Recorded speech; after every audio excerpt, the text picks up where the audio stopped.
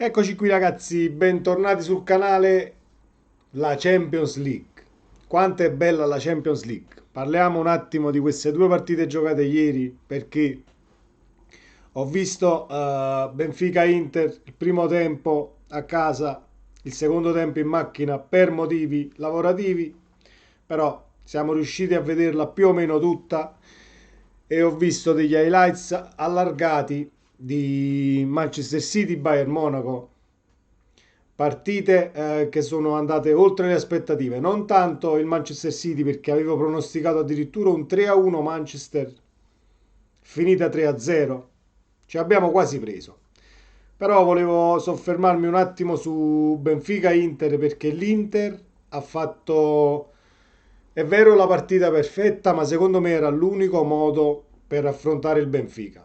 Arginarlo nelle linee di passaggio, cercare di piazzare la zampata appena possibile, e così è stato, con un grandissimo cross di Bastoni, premiato migliore in campo ieri, dove Barella si è fatto trovare pronto e di testa l'ha messa sul palo lungo, un grandissimo gol. Poi il 2-0 è un calcio di rigore sacrosanto, è andato a rivedere al VAR, ci stava il calcio di rigore, meno male che esiste il VAR, perché alla fine senza la tecnologia in campo forse sarebbe finita 1-0 o sarebbe cambiato il risultato, perché poi non andando nel doppio vantaggio il Benfica sarebbe potuto ritornare e pareggiare la partita. Quindi meno male che c'è la tecnologia in campo, perché così i risultati non vengono falsati e vengono premiate soprattutto le prestazioni, perché l'Inter ha fatto una grandissima partita. È un Inter completamente diversa dal campionato. Nelle interviste post partita alcuni calciatori dell'Inter non si spiegano come in campionato non riescano a giocare così.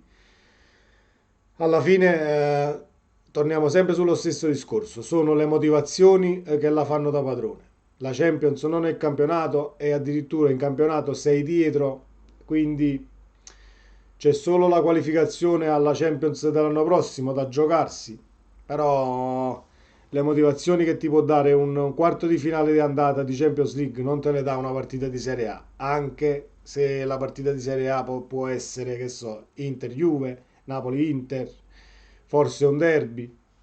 La Champions League è totalmente diversa ed è bella per questo. Il Bayern, mi aspettavo una vittoria del City, perché il City ha fatto 10 vittorie di fila, contando quella di ieri.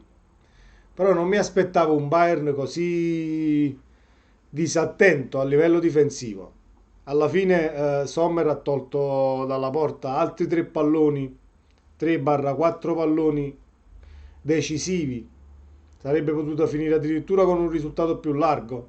E a livello offensivo non è che poi abbia fatto tantissimo. Il Bayern ha sofferto il grandissimo City di Guardiola, che quest'anno, l'ho detto già 2 settimane fa, si candida alla vittoria finale e può essere l'anno buono per Guardiola finalmente, perché se lo merita dopo finali perse, semifinali non andate a buon fine. Merita alla fine di vincere questa Champions. Speriamo che in finale ci arrivi un'italiana e che l'italiana riesca a battere questo Manchester City, che io lo vedo già in finale, perché sono quest'anno il City è difficile da affrontare per prendergli le contromisure, ma difficilissimo. Non riesci mai ad arginarli. Se gli blocchi una fascia, attaccano da quell'altra e sono forti in tutti i reparti e riescono sempre a trovare la soluzione giusta per infilarti. Quindi diventa difficile, secondo me, vincere una partita contro la squadra di Guardiola. Ci sono state squadre in Premier che sono riuscite a prevalere o hanno portato a casa un punto, però c'è bisogno di una partita perfetta dell'avversario e di una partita sottotono del Manchester City, altrimenti non la porti a casa. Il Bayern è troppo lezioso in fase di impostazione, troppo lezioso su alcuni passaggi. Sommer voleva addirittura smarcare Haaland che per poco di tapin sulla linea di porta non buttava dentro un pallone. Queste cose non te le puoi permettere contro calciatori che stanno sempre lì in agguato e riescono sempre a farti male. Quindi onore al City, ma complimenti soprattutto all'Inter per questo risultato tondo, però già sto sentendo, siamo in semifinale, passiamo il turno. Non sono d'accordo. Non sono d'accordo con il troppo entusiasmo. Io farei la stessa cosa anche se ieri sera era Benfica-Napoli e il Napoli avesse vinto 2-0. Non griderei subito alla semifinale perché più stai sul pezzo e più rimani concentrato, più porti a casa l'obiettivo. E queste sono leggi della vita, non è nemmeno solo applicabile al calcio, è in qualsiasi settore tu operi, più sei sul pezzo e più rimani concentrato e più porti a casa risultati, profitti, obiettivi. Quindi calma, anche se ieri è stata una grandissima Inter. Un Inter che si è difesa in modo organizzato, non ha concesso quasi praticamente niente al Benfica perché i tiri verso la porta di Onana sono stati pochi, sbilenchi e rallentati, diciamo, dalla fase difensiva dell'Inter. Di Marco nel primo tempo, ho visto il primo tempo a casa, come dicevo prima, sembrava che sbagliasse troppo, poi nel secondo tempo l'ho visto un po' meglio. Inzaghi ha cambiato anche i due d'attacco al 70esimo, facendo bene secondo me, forze fresche in attacco sull'1-0 per vedere di buttare un altro pallone dentro, c'è riuscito. Siamo d'accordo con un calcio di rigore, però l'Inter in tutte le occasioni che è arrivato davanti alla porta si è reso pericoloso, cosa che non ha fatto il Benfica. Quindi risultati meritati, aspettiamo il nostro Napoli stasera, tensione alle stelle perché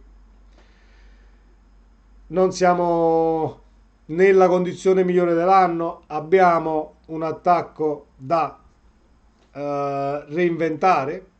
Si dice che giochi Elmas falso 9 tra centrocampo e attacco.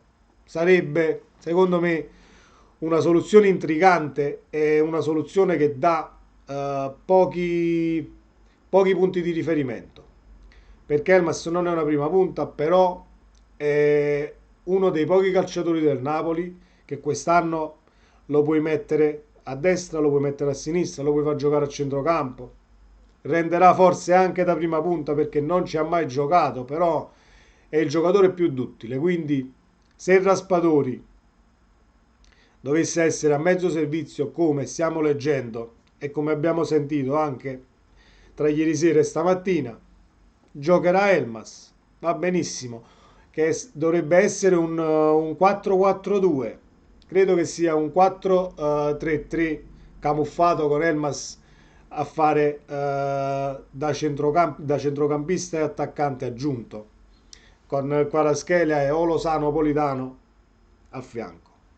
Speriamo che riusciamo almeno a fare il risultato, che sia un pareggio, che vinciamo la partita. Lo spero vivamente, però dobbiamo prima giocarcela e stare tranquilli a livello mentale perché la partita si gioca comunque su 180 minuti, senza strafare, senza dare un peso eccessivo alla partita che possa poi scaturire in un nulla di fatto a livello mentale, perché poi se psicologicamente non la prendi con le pinze va a finire che te la giochi con troppa foga e il Milan ha tutte le carte ha tutte le carte in possesso per far del male e per dilagare anche se sbagli l'approccio alla partita e fai troppi errori. Quindi massima concentrazione per il Napoli stasera e speriamo bene. Complimenti all'Inter e complimenti al Manchester City che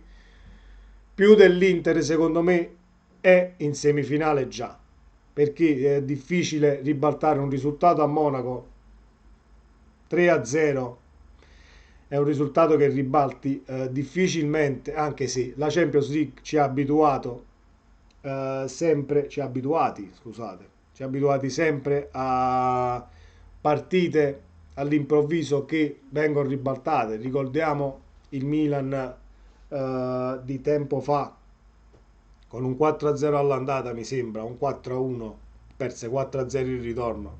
Mi sembra che sia andata così, però comunque i ribaltamenti ci sono stati e ci saranno sempre. Non credo però che sia questa la partita da poter ribaltare, perché il City ha tutte le carte per mettersi dietro, aspettarti e al limite punirti anche in contropiede e vincere la partita 1-0 anche il ritorno, e il Bayern se ne va a casa. Da questo punto di vista non lo so poi se questo cambio di allenatore in corsa abbia influito, anche se io sono un estimatore di Tuchel, però hai cambiato l'allenatore con un quarto di finale di Champions da andare a giocare, può darsi che abbia influito qualcosa, però io vedo la partita di ieri sicuramente per meriti del Manchester City, però ci sono tanti demeriti e leziosismi anche del Bayern. Detto questo, ragazzi, questo era per quanto riguarda le due partite giocate ieri, ce ne saranno altre due oggi con il nostro Napoli impegnato. Speriamo di vedere altre due partite con spettacolo assicurato, come sono state le due di ieri, perché sono state due partite fantastiche. Ci vediamo nel prossimo video. Buona Champions a tutti. Ciao.